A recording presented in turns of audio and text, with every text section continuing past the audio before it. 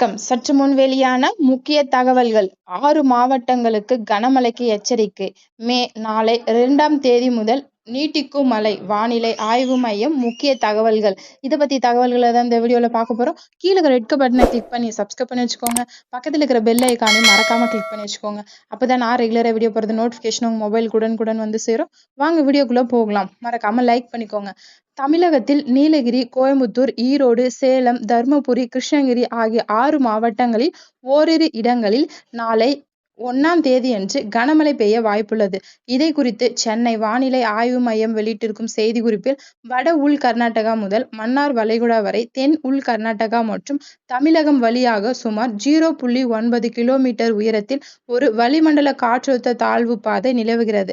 இதன் காரணமாக மேற்கு தொடர்ச்சி மலை மாவட்டங்கள், தென் தமிழகம் மற்றும் டெல்டா மாவட்டங்களின் கடலோர பகுதிகளில் ஓரிரு இடங்களிலும், காரைக்கால் பகுதிகளிலும் இடி மற்றும் மின்னலுடன் கூடிய கனமழைக்கு வாய்ப்பிருப்பதாக சென்னை வானிலை ஆய்வு மையம் தெரிவித்துள்ளது.